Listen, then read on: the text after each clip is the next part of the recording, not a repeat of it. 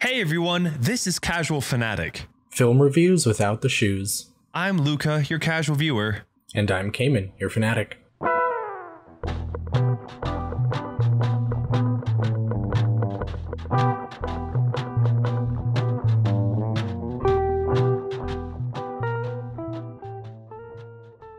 So what's going on with you? Man, quite a bit, honestly. Well, I don't know about quite a bit, but this weekend I've planned to go camping and I need to get stuff ready for that. And I'm supposed to go rock climbing tonight. I'm not sure if that's going to still keep up with the camping thing tomorrow. Let's see what else. Yesterday there was drama at work, man. Yeah? Yeah, dude. But if we start talking about that, it'll take probably like 40 minutes to go through. Not even joking. All right. Yeah, I think I spent like how many hours yesterday? Like maybe 3 or 4 hours yesterday talking to different people that like just randomly called me and I was like ranting to them. Like drama about work or just at work? Both. Okay. Yeah, it's just kind of fucking annoying. It obviously included me. I was like the centerpiece of it. So just dumb. A lot of like misunderstandings. No. The bosses were misunderstanding like things that I was doing and like time. Like for example, here's just an easy example of like just one of the stupid things that happened. Okay. Last week I took PTO one Friday, 8 hours because I was going to a wedding. Right. And so Monday, Tuesday, Wednesday, I had already worked. I think one day was 10.5 hours. The other day was 9.5. The other day was like maybe 9 hours. And so on Thursday, I like left early because I already hit my 40 hours and I let them know. I was like, hey, I hit my 40 hours. I'm going to head out. I'll see you next week. So I left, and today or yesterday, so the day before yesterday, I had like a lattice review, which is a review with like my performance, and everything was good with my principal. Everything was good in that review. There's no like comments, nothing. It was all productive, good stuff. And then the day after, they call me into a room and they basically like start talking. I'm like, where was this yesterday? Like, if this is an issue, basically they brought up, they were like last week, and this is just one of the things that is just like dumb. And I'll explain how dumb it is. They were like, last week you took off early. And I don't understand how, like, we're working the same hours. You come in basically when I do, and I leave a little earlier or when you do. So I don't understand how you hit 40 hours early on Thursday and we're able to leave. And I was like, wait, hold up. What? And like, they think they have me like in like the situation to where like I'm cheating work out of like, you know, however many hours of work. And I just left early without, you know, any disregard for the work or my coworkers and all that stuff. And I was like, and she like pulled out her phone, like started doing the math. And then I realized, I was like, I'm not going to mention her name, but I was like, hey, like you have to add the 8 hours that I took for PTO on Friday. Yeah. That adds into the week of 40 hours. And like, she did that and she was like, oh yeah, that makes sense. And then she looked at my principal. She goes, does that make sense?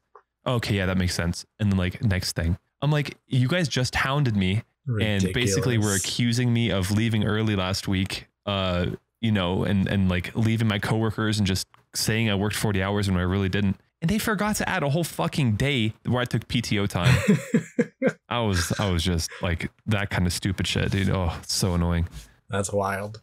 Yeah. So dumb shit at work. But honestly, like overall, I've had a pretty good week. I just came back from the wedding last weekend and that went very well. Yeah, all good with me though. What about you? Nice. What you been up to? Been a pretty, I don't want to say lonely because that feels sad, but I have been alone all week because Elena is in San Antonio right now for a vet conference thing, learning a bunch of stuff. And yeah, obviously after all the learning, going and doing some partying with her vet friends, but crazy partying. I've just been here by myself. I've been hanging out with the animals. You're all alone and sad. Is that what I'm hearing right now? I'm not sad. I just like you're alone and sad. It's whatever. Okay, Cayman. But things have been I guess pretty standard work wise. But today we did. Are you sick, by the way? What? Are you sick? Do I sound sick? Absolutely. Yeah, it's weird. Hold on a second. Oh, that might have been it. Yeah. Is that better? No. Never mind. Just keep going. No, I'm not sick. So interesting. Okay. Maybe your voice is just tired sounding, or you haven't used it all day. I don't know. But after work today, so our office has like a rent a street kind of a thing. So we're like in charge of keeping a certain like area of the city like clean. And like so adopted. Right, yeah. I adopt a street, not rent a street. That's what I meant to say. But after work today, we went out and picked up some trash and then got back to the office and had some margaritas. Damn, nice. That was fun. They weren't very strong margaritas, but that's honestly better because everyone's still got to drive home. Yeah, true. That's true. But I mean, that still sounds like a good time. Hell yeah. And it was, I mean, it wasn't super dirty. There was like one section that had just like a big pile of trash, but it was like someone had just like thrown out like a plastic Christmas tree, and there was like an ottoman just on the side of the road. Oh my god, dude, that's unreal. And we found like almost a whole outfit. I think we found sandals, we found a hat, and we found a pair of pants. The only thing we were missing was a shirt, and we would have had a whole outfit. Oh my god. But yeah, we picked up some good stuff. Let's go. Made our city a little bit more beautiful. That's awesome, man. Yeah, I was still a little bit ticked off because you were talking about like work things, and my work I think it just ended. My work had one at the end of the day today. Yeah, where it goes till like 5:30. I'm not sure, but I definitely skipped out on it. I was like, I don't want to be a part of anything right now with work people, so yeah. I didn't go. But I wasn't planning on going originally, but I just happened to finish all the stuff that I was trying to finish today. So I got you. I mean, are you getting paid for that being out there? Yeah, we get. Yeah. So we didn't. It wasn't like after work. We left the office at like 3:30. So it was just like the last hour and a half of work was picking up trash. Okay. Well, that's awesome. I'm glad your firm did that. That's great. Yeah. Anywho, besides our personal fun lives, what are we talking about today with audience? So today we are going to be talking about the 2018 movie Black Panther, directed by Ryan Coogler and written by Ryan Coogler and Joe Robert Cole. Okay. The budget was about $200 million, and they made about a little over $1.3 billion. Oh, wow. It was a very, very popular movie. Okay, so let me ask you, because I don't know if everyone knows, but the main character of the Black Panther passed away. Chadwick Boseman, yeah. Chadwick Boseman, yes. Do you believe that had anything to do with the box numbers going up? Well, he was still alive when the movie came out, so I would say no. Oh, no. Okay. Wait, when did he pass away? I thought he actually missed the opening. No, this movie came out in 2018. He died in 2020. Oh, okay. Never mind. Damn. Yeah, but RIP him. I remember when that was like a big thing, and I was like, damn, I'd never even seen that movie. Yeah, but he was battling colon cancer for 4 years, and so he was actually already 2 years into having cancer when this movie came out. Yeah, there's like tons of clips of like him like falling asleep on like the stage where they were doing interviews and stuff like that, because he didn't tell anyone. He was very private regarding that. Let's see. So, but what did you think about Black Panther? You know, I enjoyed it quite a bit. Had you seen this one before? I had not, no, but it was very, I think it was fun for me to watch. I don't know if I would watch it again, and maybe I would just to get like a better understanding of it, but I didn't see any like annoying things that like stood out to me that like ruined the movie for me. I had a good time watching it, and I think the actors were great. Chadwick Boseman did a great job. I don't know, like there's nothing about it that I can, deduct points for. Nice. Yeah. Like nothing, like not even, like in the last film that we talked about, Ragnarok. Yeah. I talked about the Hulk's voice, and that was like one of those things that's like small, but like to me it was like a big deal. Right. There's nothing like that here. So I definitely had a few things that I was not a fan of, but like way more good than bad. Okay. Yeah, I mean, maybe the bad will come up when I start talking about it with you, but as far as I can like remember, there's nothing. But yeah, I think this is a one of like definitely top tier Marvel movie, and I know it was a big deal for a lot of people because obviously there have been like black superheroes prior to this, but this is like the first this is the first superhero movie where the main character is like actually African. I feel like most black superheroes before this were either British or American, or Interesting. like, but this is like an actual African superhero, and I know that meant a lot to a lot of people. Right. Yeah, I can totally see that being a big deal. I mean, it obviously is. Very interesting. Yeah, I just wanted to like kind of the whole movie to me was like very straightforward almost. Did you get that feeling? Or I mean, if you think about it, do you agree? Mean like plot wise? Yeah. I think it was like very linear, and like there's nothing that like surprised me, if that makes sense. Yeah, okay. I can see that. Yeah.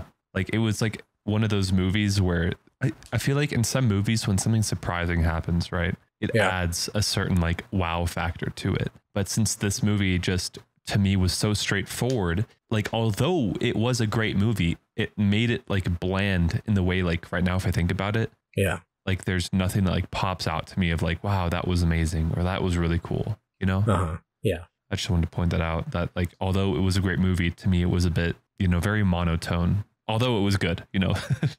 Yeah, I think well, actually I feel like I'm already starting to like want to like talk about it, so okay, we'll go ahead and we'll take a second and let's take a step into the boxing ring.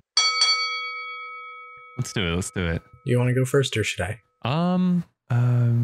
I can go first. All right, go for it. Man, I hope I remember the plot of this movie properly. Holy, well, you just said it was straightforward, like, so it's so straightforward that it would like, you know, like nothing stood out. So like, okay, let's see. The Black Panther looking, the Black Panther. I don't even know what to call them. Shit, I forget. The Wakandan people were trying to retrieve an artifact that went missing from a museum. And they ran into someone whom they weren't expecting. They didn't know was alive or existed, who then put the Wakandan people in danger, which is when the Black Panther had to step in and step up. I'm just going to leave it there because I don't know. Yeah. Okay. I'll say following the death of his father, T'Challa is crowned King of Wakanda, but when a Wakandan stranger appears and challenges him for the throne, T'Challa must rethink his responsibilities to his people and the world. Oh, that was good. I forgot his name. That was good. And I forgot about the challenging thing, this fighting ceremony. That's good. All right, what's the OG one say? Oh boy, this is a pretty long one. Oh no. It says, King T'Challa returns home from America to the reclusive, technologically advanced African nation of Wakanda to serve as his country's new leader. However, T'Challa soon finds that he is challenged for the throne by factions within his own country as well as without. Using powers reserved for Wakandan kings, T'Challa assumes the Black Panther mantle to join with his girlfriend Nakia, the Queen Mother, his princess kid sister, members of the Dora Milaje, the Wakandan Special Forces, and an American secret agent to prevent Wakanda from being dragged into a world war. Oh my god. Okay. I think way too much information. That was so much information. They pretty much just listed every character in the movie. Holy crap. Oh my god. I think I guess still give it to you though, because they talked about the ceremony and I never talked about the ceremony. The challenge, whatever. Yeah. Okay. That was a wild one, but that was insane. I feel like the first half of that I felt pretty solid about. Like I got a lot of stuff, but the second half was just like, let me tell you everyone that helped him in this movie. Yeah. Holy moly. I like how they had to specify it said the Dora Milaje and then in parentheses, the Wakandan Special Forces. Yeah. Right when you said that, I started like laughing. I was like, what's going on here? Why'd they have to list his girlfriend? Also, I don't think Nakia, they was his girlfriend. Right. They said several times in the movie that she's his ex. Yeah. So I think at one point they got together again. I think at the very end of the movie. Yeah. But they definitely were not boyfriend girlfriend during the events of the movie. No. See, So they honestly, also gave away Flat out lie. Yeah. They also gave away that they were together. Look at that. Or are going to be together. Jeez Louise. Anyway, we're going to take a short break and then we'll be back to talk more in depth. All right.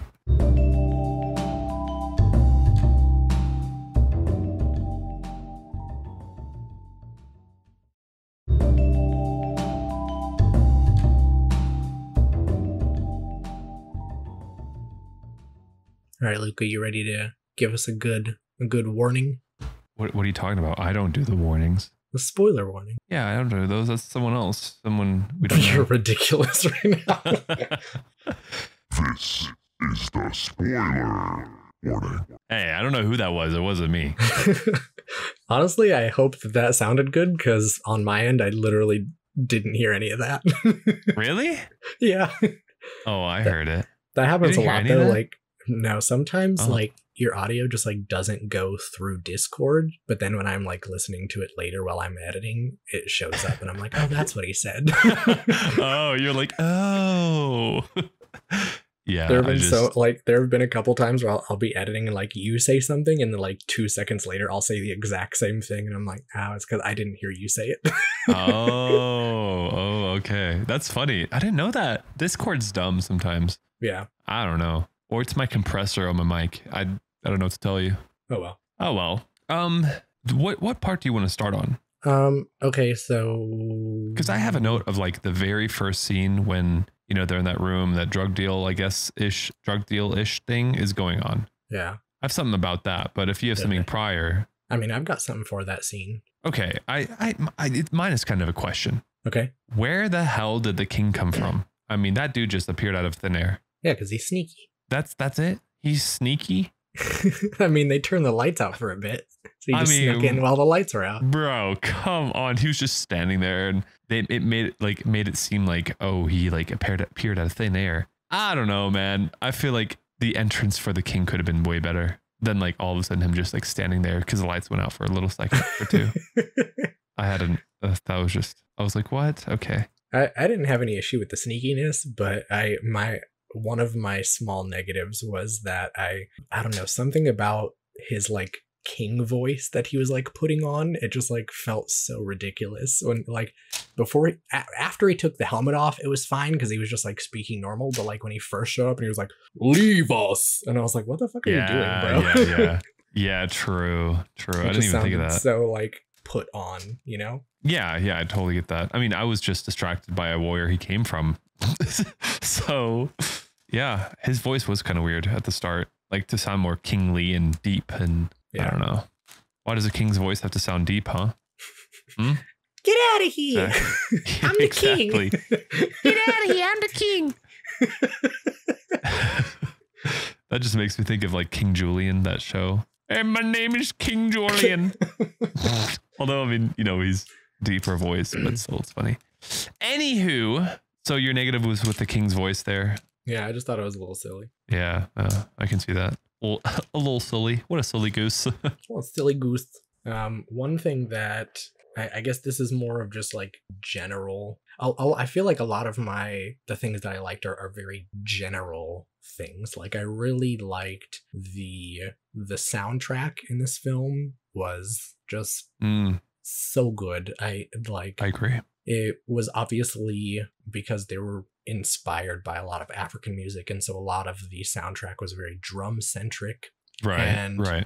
There was like especially 2 moments that really stood out was when they first fly into Wakanda and there's like that big like trumpet like riff, and it's almost like a drum beat but just like with trumpets. Yeah. That was really cool. And then there's when T'Challa goes to the ancestral plane and he's talking to his father, there's like this beautiful like violin melody in the background, and that was gorgeous. I just felt like a lot of the music was very powerful and well put together, I think, in this movie. I kind of agree with you. I mean, I was jamming to that was one of my notes. I was jamming to some of the music while it was going on. Like even during some of the fight scenes, some music would start playing, or I'm gonna kind of jump ahead a bit, but like when it was like the quote unquote evil Black Panther, I'm gonna call him evil, like the music changed and it was like dark and gloomy and like, oh, you could tell, you know, this is the dark and evil, you know, that kind of thing. Yeah. But yeah, the music was great for sure. Speaking of, since you've mentioned Killmonger, Yes. I did like, I don't know, I guess I don't really have any like hard evidence that this was on purpose, but the outfit that he's wearing for a lot of the movie like reminds me of Vegeta. And It was Vegeta. He's a character from Dragon Ball Z. Oh, I have no idea. Yeah, that's okay. Well, look up a picture of Vegeta real quick, and All right. I'm like, his outfit looks very similar to the one that Killmonger was wearing. It's like the metal chest plate with the blue shirt and like yellow straps. Oh, I see. Yeah. Yeah, but not the blue though, right? What? Interesting. Yeah, I can see it. And I know that Michael B. Jordan, who played Killmonger, is like actually kind of a nerd. And so I've seen interviews with him talking about Dragon Ball Z, so it wouldn't surprise me at all if he like purposely wanted to look like Vegeta. Oh, I'm pretty sure he did. Like, there's no way. Also, his hair was kind of like, you know, Vegeta's was standing up. Yeah. There are like side by side like images of these two, and dude, it is so similar. I'm telling you. Like even like you know how Killmonger had like those leather straps on the top. It kind of represents Dragon Ball Z's Vegeta's like gold straps. Yeah. That's interesting. Wow. He even has like this little, oh my God, no way. These have to be alike. He also has like the little shoulder pad, like rivet things that. Yep. Okay. Very cool. Huh. What a nerd.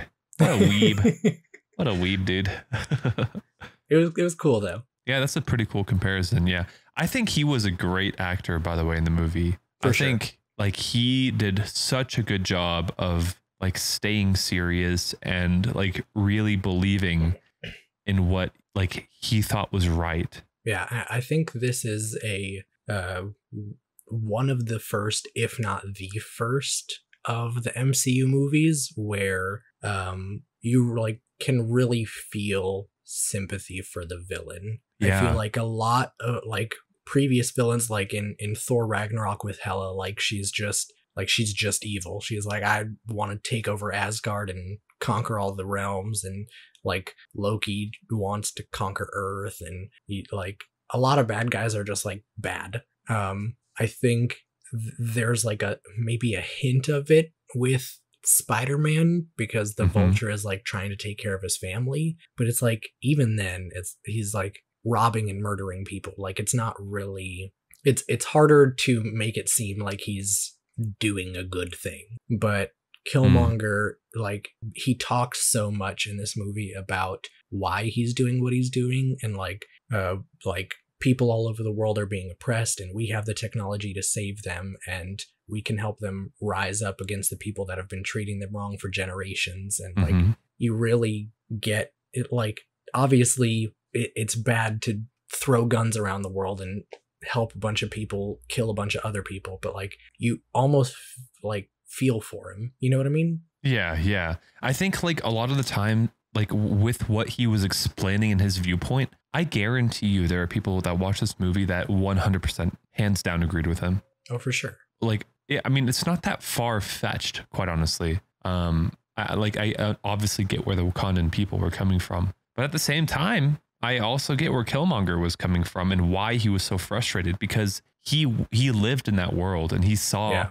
you know, all of that, you know, heartache and pain everywhere. And you can tell that like his, like, not only did he like physically challenge T'Challa, but like he sort of like philosophically challenged him as well. Like in the beginning of the movie, T'Challa was like 100% gonna do what his dad did and what previous kings before him did. He was like, no, this technology is dangerous. We have to keep Wakanda like blocked off from the rest of the world so that nothing bad happens.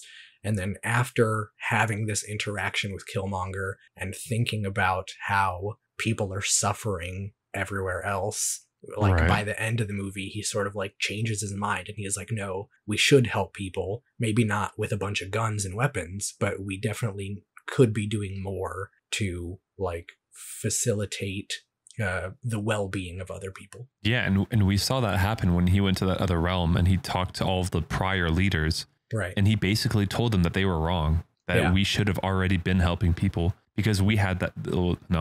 They had that power. And you know, I like you said that question that Killmonger challenged him with really, even when he was dying, he was like, "No, you guys are wrong. I have to go back. I have to fix this, and I have to make it right." Yeah. Yeah. But Quite awesome. Yeah, and you see especially like how, I guess, hardcore Killmonger's beliefs are when he like even after he's been defeated and he's literally dying, like there's not a question in his mind that he was doing the right thing. Yeah. I think the movie is also very strong because at the time this was coming out, there was a lot of Black Lives Matter movement going on, and a lot of like police brutality and like just senseless deaths and all that stuff.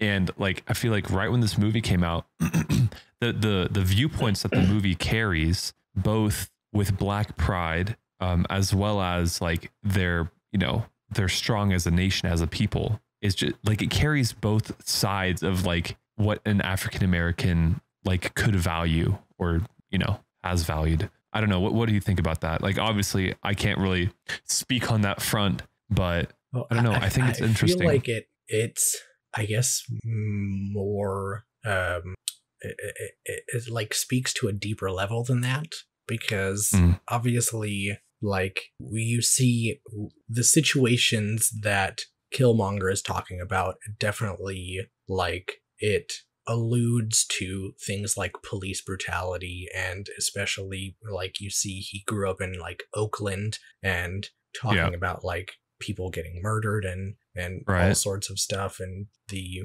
like prison population and just all sorts of things like that. But I feel like where the movie like really like goes out of its way to sort of project a message is less about the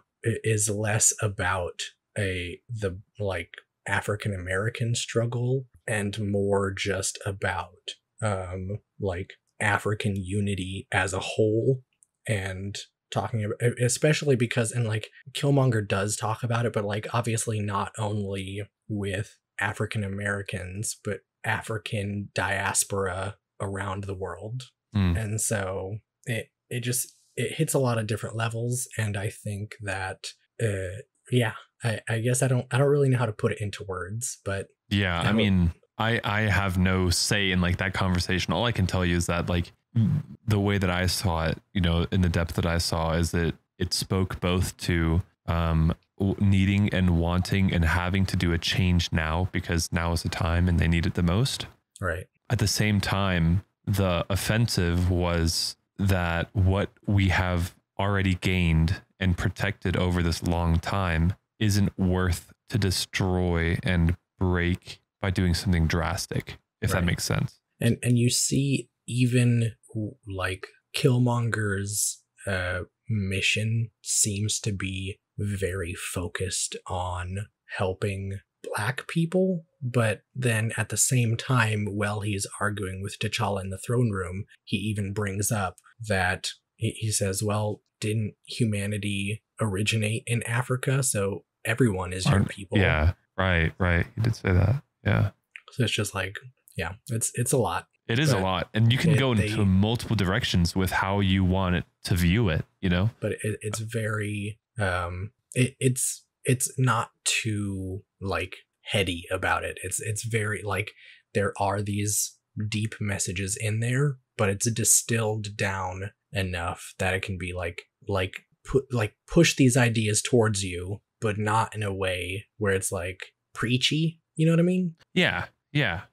And you saw like it couldn't be preachy because you saw the main character wrestle with his own beliefs, but then also take into account other people's viewpoints and like really think about it and understand. So I like I said, like you said, it couldn't have come across preachy just because of that itself. I don't know. Yeah. I think they did it. They were very well versed in like what lines they wanted to walk and how they wanted to say things. Another thing that I wanted to point out was I really liked the architecture, and especially during that first shot when they fly into Wakanda and you see all of the like the high skyscrapers, rises. yeah, and like everything has this sort of like Afrofuturism aesthetic to it, Yeah. and it's like not something that you see a lot of, and it's nice to be able to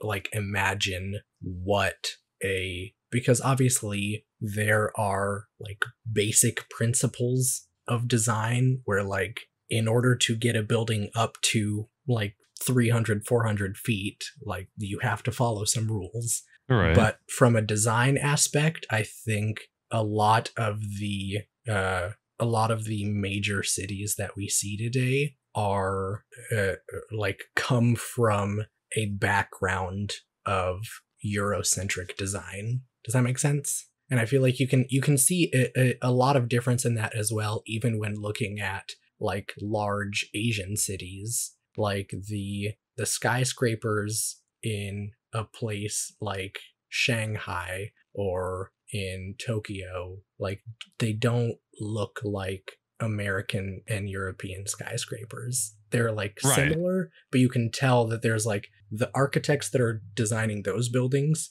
have a different history and a different culture that is influencing their design. And yeah, because there aren't really any big like modern city, I mean there are like modern cities, but there's no Shanghai in Africa. And so seeing like the ideas of what someone with an African background could bring to a more futuristic building design, I think is really exciting. Yeah, I agree with you. But like, I also have to say that although they did show like the city prior to when they flew in and whatnot, I was still very confused at like the city that we saw prior to, then the plains that we saw where there were huts and people were, you know, farming the sheep, herding the sheep. Yeah. Versus where their main building is. I couldn't put those three things together.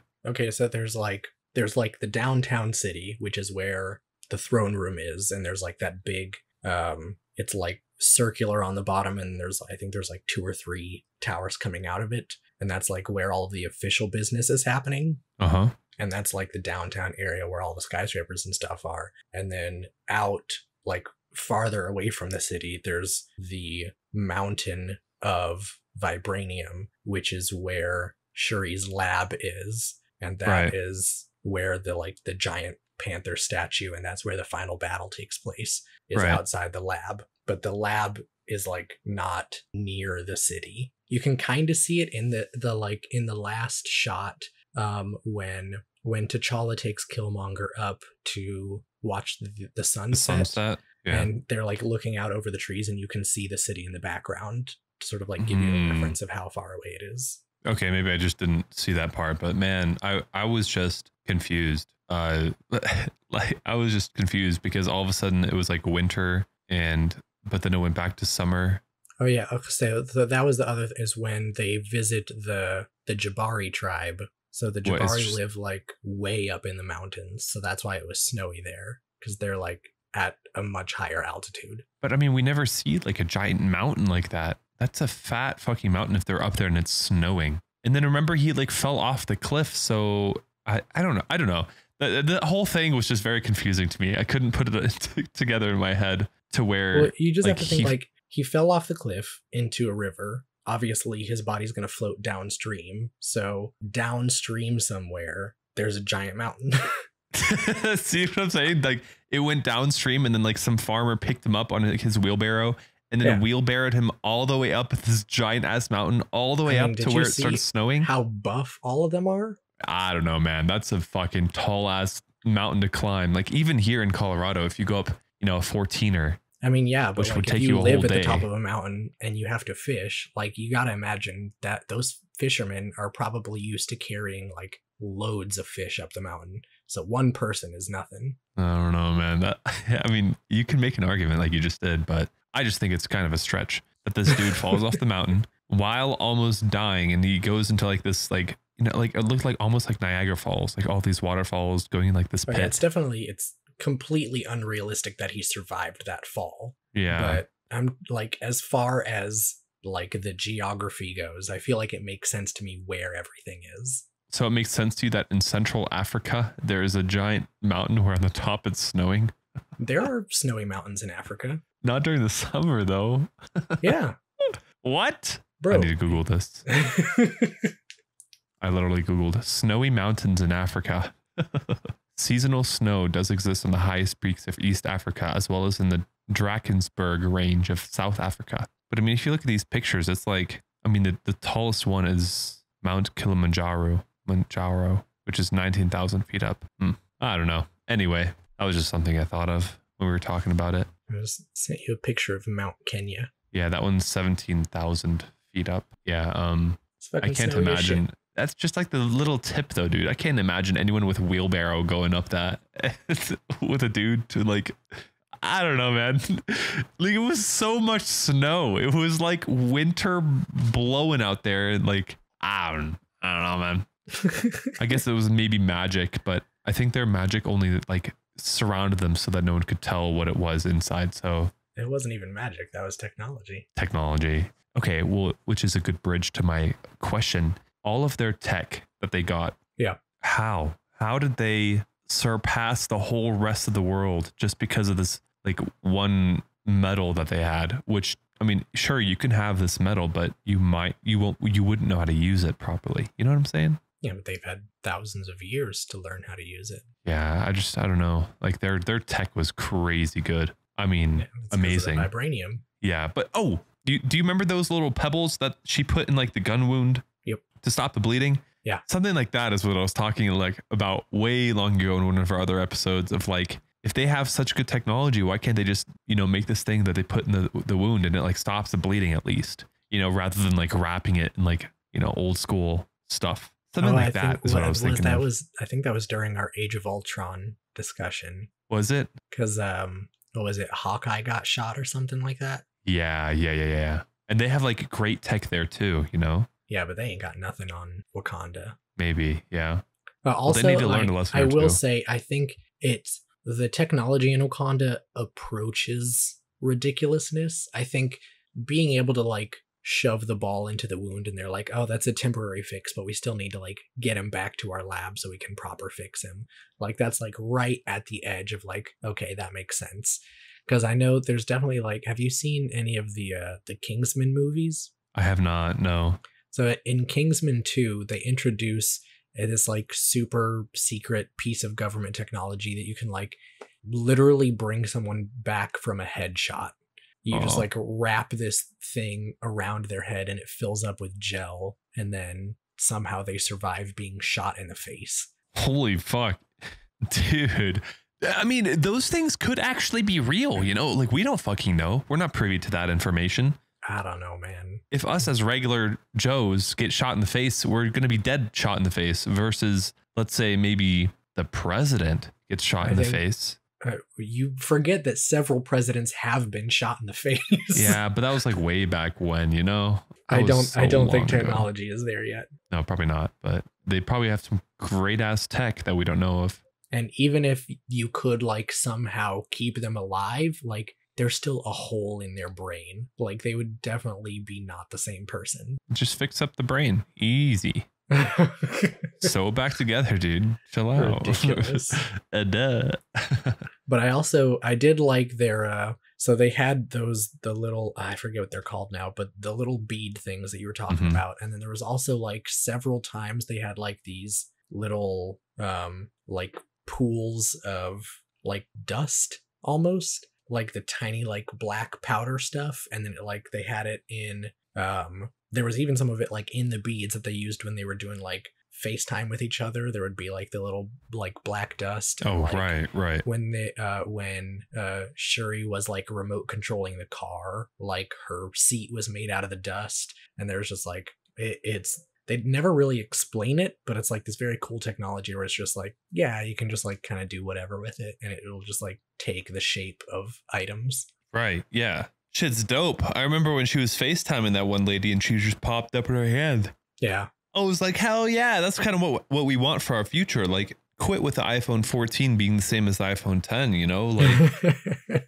man, but make a hologram. Didn't you see the dynamic island? What? Bro, have you watched the release video for the iPhone 14? Lord, no, I haven't. I've seen all the memes. This is side note, completely unrelated to the movie, but so obviously there's like the notch on the top of the iPhone where the speaker and camera and all that stuff are. Right. They got rid of that. And so instead of like trying to hide that or like push it off to the top of the screen, they've like integrated it. So rather than being like cut out from the top, it's like it's a little lower down, so it looks like a little black pill on the top of your screen. But then instead of just being for the camera and the speaker, they're using it for like notifications and stuff now, so that it feels like it's part of the screen and not just interrupting it. Interesting. Yeah. I mean, that's cool, but meh. Not a hologram. It's weird. I mean, yeah, it's definitely not hologram level, but man, they need to watch this movie and get some ideas. You know what I'm saying? I will say, I also a smaller thing that I noticed that I've seen this movie a couple times, and this is the first time that I really noticed it, is how much they just like throw little snippets of like dialogue in there that sort of like fills in the lore of the world. Like obviously in the beginning you see the whole thing where it's like the giant vibranium meteor fell to Earth, and then 5 tribes came together, and then one person became the king, and 4 of the tribes sort of followed the king, and then the Jabari tribe was like, nah, we're not going to do that shit, and they went off into the mountains. Right. And so they're like completely separate from the king of Wakanda. But during the challenge, the first challenge, when M'Baku challenges T'Challa, while they're fighting, he makes several comments about like, where's your god now? And like I think at one point he says like glory to Hanuman or something like that. And I didn't really pick up on those lines before, but it makes sense that like all the 4 tribes that are like proper in Wakanda obviously all worship the Panther god Bast, but the Jabari worship a gorilla god named Hanuman. And so even just like this, like they're doing this whole ceremonial battle or whatever, and even in the midst of that they're like discussing their difference of religion. Yeah. What I don't get. Go ahead. Sorry, no, I mean, continue your thought. Oh, I was just going to say, I also, because did a little bit of research, but Hanuman is actually not a African god. So Bast is an Egyptian god, and obviously Egypt is in Africa, but Hanuman is actually a Hindu god, and I don't know why they chose to use it here, but I saw that. I guess this is a bonus piece of trivia here, because it was just something that I found out while I was looking up this stuff. But when this movie was released in India, they actually like censored all of the mentions of Hanuman because they didn't want the like Hindu viewers to be offended. Interesting. I mean, why would they be offended though? I have no, I don't know. Yeah, no, there's no way, right? Interesting. Yeah, I thought, like, I kind of want to go back to when you were mentioning the tribes and how one of the tribes broke off of basically the kingdom. Yeah. I don't understand how they can challenge if they broke off from the kingdom faction. You know, if they didn't accept the king as their king and then they moved away to become their own tribe, make their own, you know, whatever possibilities kingdom, it made no sense to me that all of a sudden they were there and were able to challenge for the throne. I mean, I don't know. That's a whole political situation that they don't really get into. But Yeah. Yeah. I don't know. I just thought like, I mean, I thought that during the movie too, but then I was like, well, maybe there's something that I just missed. But yeah, all these politics, you know. yeah. Okay, so one thing that I like absolutely like I really really disliked, like almost hated, was the nanotech suit, cuz I don't know, something about having just like, oh yeah, you can just like pull your suit out of thin air. It's boring, and I greatly dislike it. You dislike it. How come? It's not as fun. I like, because remember, I was even saying back when we were talking about like Iron Man, like some of my favorite parts of the Iron Man movies are like watching him suit up and like, oh, I have to like walk through this machine and it like helps me put my suit on and all this stuff. And like Right. Shuri was like making fun of T'Challa having to like carry his helmet around, and so she was like, oh yeah, you can just like wear this necklace and then the suit comes out of the necklace. And I'm like, that's lame. I don't like that. I like having a physical suit that you have to put on.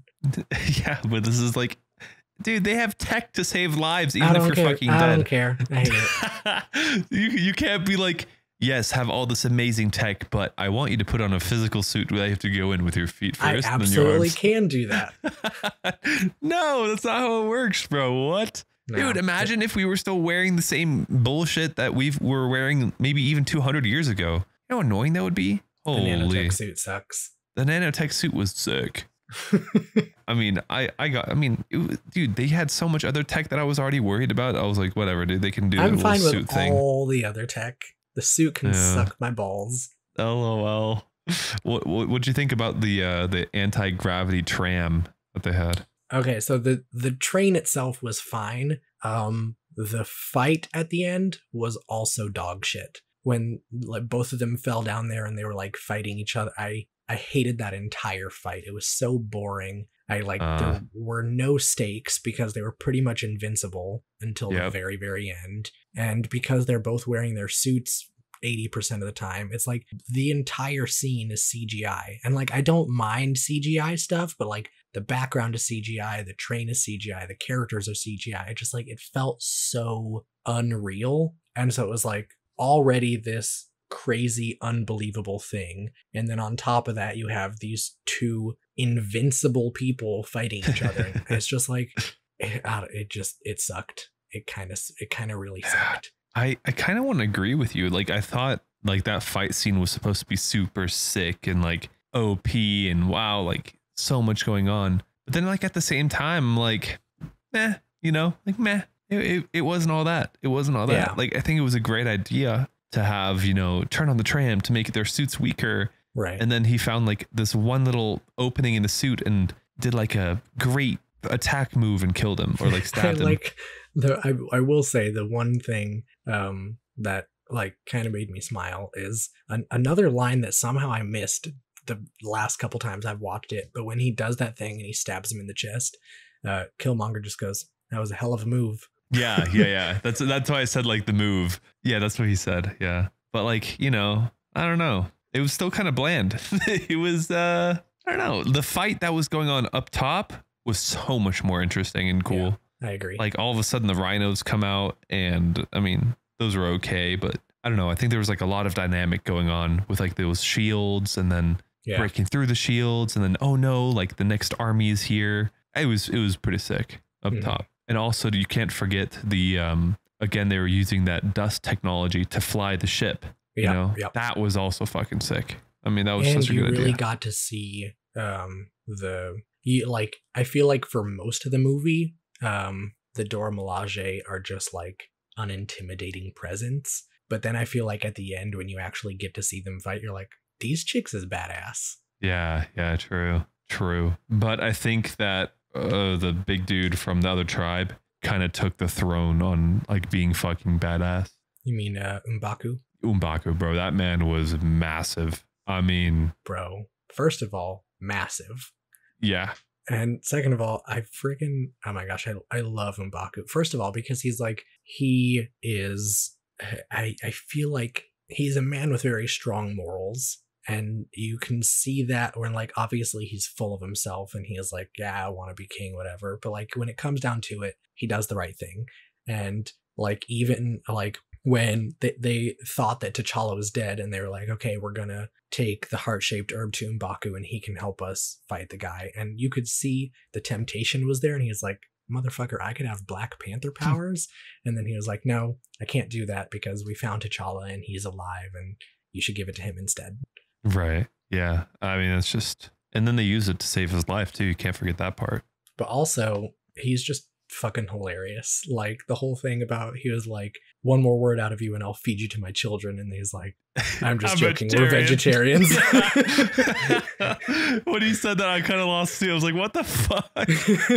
Oh my God. Oh yeah, that was a good joke. Yeah, I just feel like he was nice and he was funny, but he's also like can be powerful and intimidating when he needs to be. Yeah. And like every time they rocked up on the scene and they were like fucking beating their chests and howling at each other, I was like, bro, insane. The intimidation factor for sure. Yeah. Another thing like I kind of want to bring up is I don't remember exactly when it came or why it came, but at one point I believe there was supposed to be like a lesson going on, and what they said was that like the ancestors that jumped from ships because they knew that death was better than bondage. Yeah. I don't exactly remember why that came up, but man, that stuck with me. I was like, that was at the end when Killmonger was dying and T'Challa was like, we can still save you. And he was like, why? So you can just lock me up.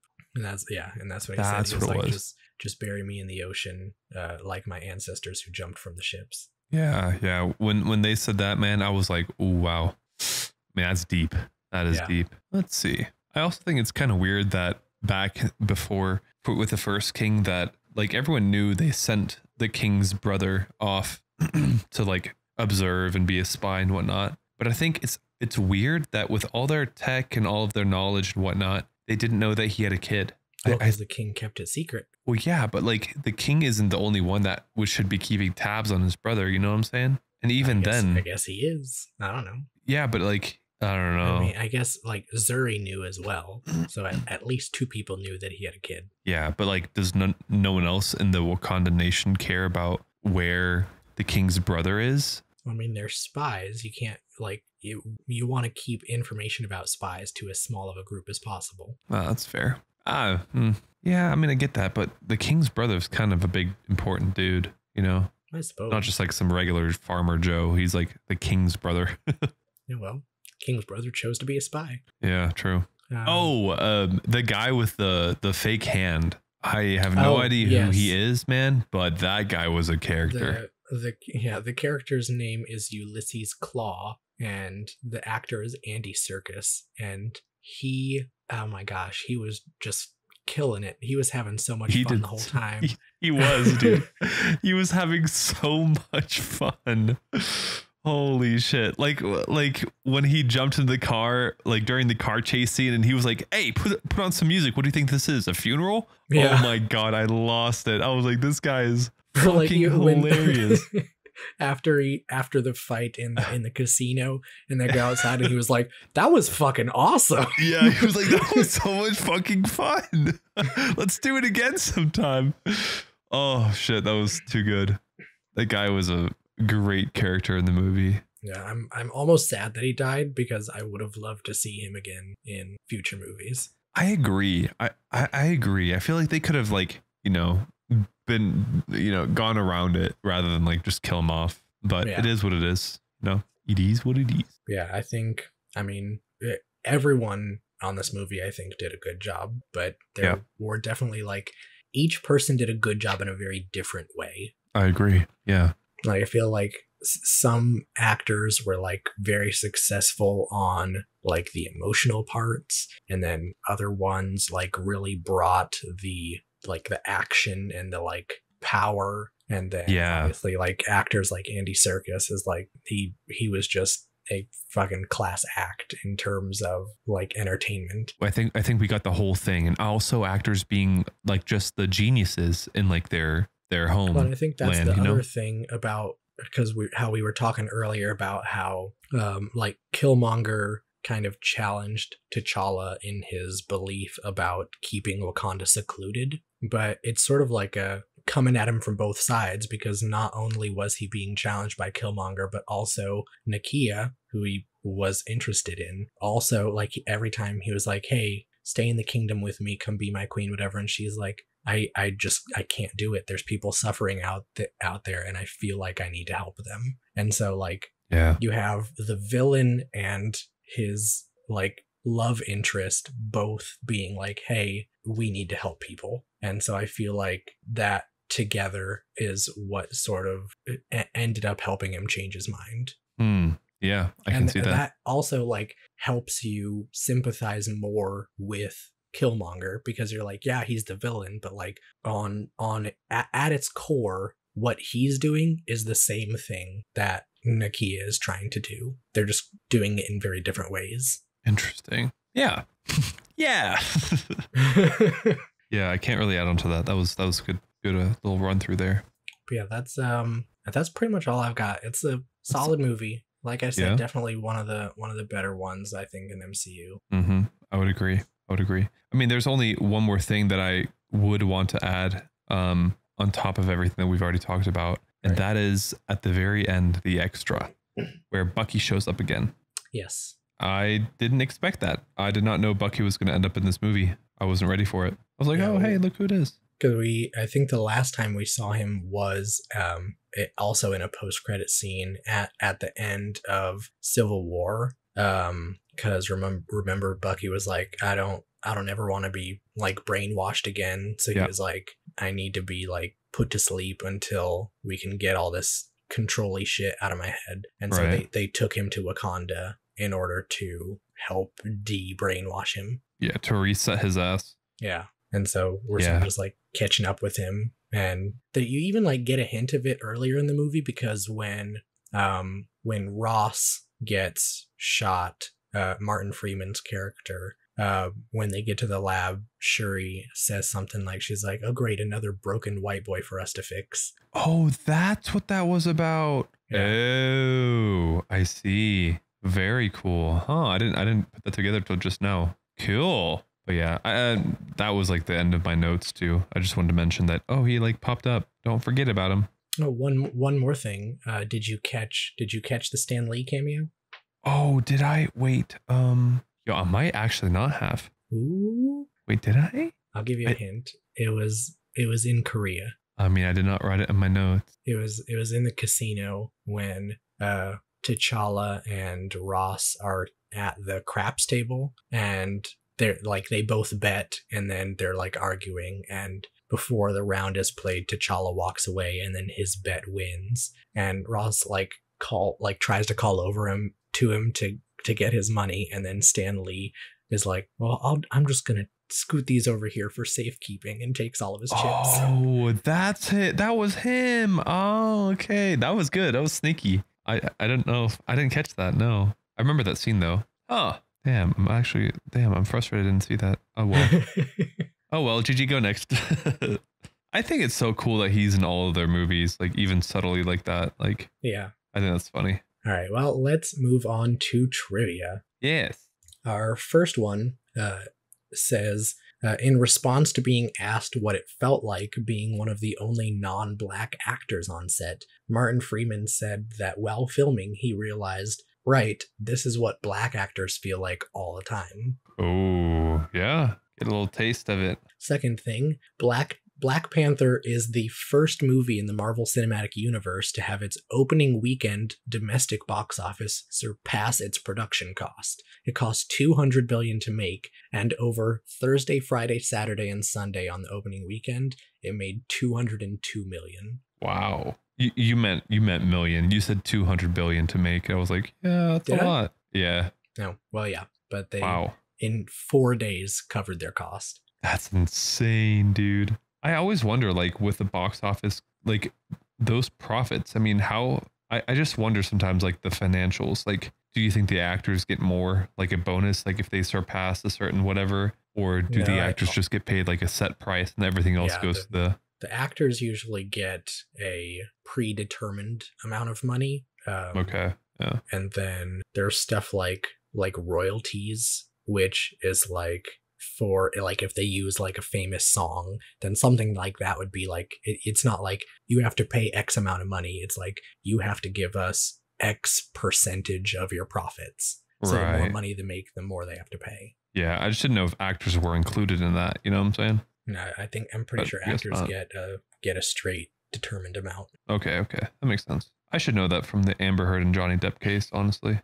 The language spoken by Wakandans is actually a South African language called Xhosa. John Connie, who plays T'Challa's father T'Chaka, is Xhosa, and so they agreed to that language being the language of Wakanda during Captain America Civil War. Cool. Did you practice the Xhosa? I remember a long time ago, like watching an interview where some people were talking about it, and I just remember them saying it. Interesting. Yeah, I think it's very cool when you hear other languages that don't just use our way of pronouncing like syllables, and they use like, you know, like sounds. Yeah. I guess it's all sounds, but I don't know, like the tongue clipping and all that stuff. Yeah. And then our last piece of trivia is Killmonger's scarification was created through prosthetic makeup. Makeup designer Joel Harlow and 3 other makeup artists took nearly 2.5 hours to apply 90 individually sculpted silicone molds onto Michael B. Jordan. Jesus, dude. All those little dots he had all over his body. Yeah. All his scars of people he's killed. Yeah. That's crazy. But then again, like if you think about it seriously, in other movies, it like, let's say, I don't know what other movie, maybe The Joker, it takes way longer to put on makeup. You know what I'm saying? I mean, yeah, like 2.5 hours is not like extreme. There are definitely like the Penguin from the recent Batman movie. Like that makeup is insane. Yeah. Like it takes almost half the day to put on versus just 2 hours, but still crazy. And I think I read something else that said after filming, Michael B. Jordan had to sit in a sauna for 2 hours for all of them to come off.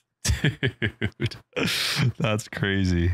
I mean, it looked fucking badass though. Let's be real. Yeah. You know? Yeah. But yeah, that's all of our trivia. Awesome. Well, I think, I mean, having talked through the whole thing and having gone over the trivia, do you have any like last remarks of the movie, like as a whole? I mean, I guess if you've made it this far, I'm assuming you've seen it, but even if you haven't and you just listen to this anyway, go watch it because it's a good movie. Yeah, it's definitely something you should see. There's like a lot of great, you know, parts in it, good comedy-ish, not as much as like Iron Man or anything crazy like that, but yeah, that's another thing. There were definitely, there were a couple, I guess like cheesy, jokey moments, like when Shuri does the like what are those joke about his shoes. Yeah, like that is a very like 2017 joke. Like people don't really do that anymore, so that felt a little weird. But like no one in this movie is like Tony Stark kind of a quippy person. Like people aren't like making jokes and making fun of each other and stuff. It's just they're just like being normal humans. Yeah, I think the only person that could have potentially done that is the sister, like the scientist. She could have potentially had a humor like that, but I mean, she didn't. So, yeah. But awesome. Right. So for our listeners, please be sure to subscribe to the podcast and leave us a review. Tell your friends and family about us. Follow us on Twitter and Instagram at CashFanPod. If you want to send us a message, you can do so on either of those platforms, or you can send an email to casualfanaticpodcast@gmail.com. Luca, what kind of messages can they send us? They can send us anything from, hey, I loved your podcast, I love your voice, I love you guys, you're the best, to critiques, to requests of movies that you'd want us to watch, and also like any advice that you can like give, or if there's something that you'd want us to do that you think would be a good idea, let us know. This has been Casual Fanatic. Thanks for listening.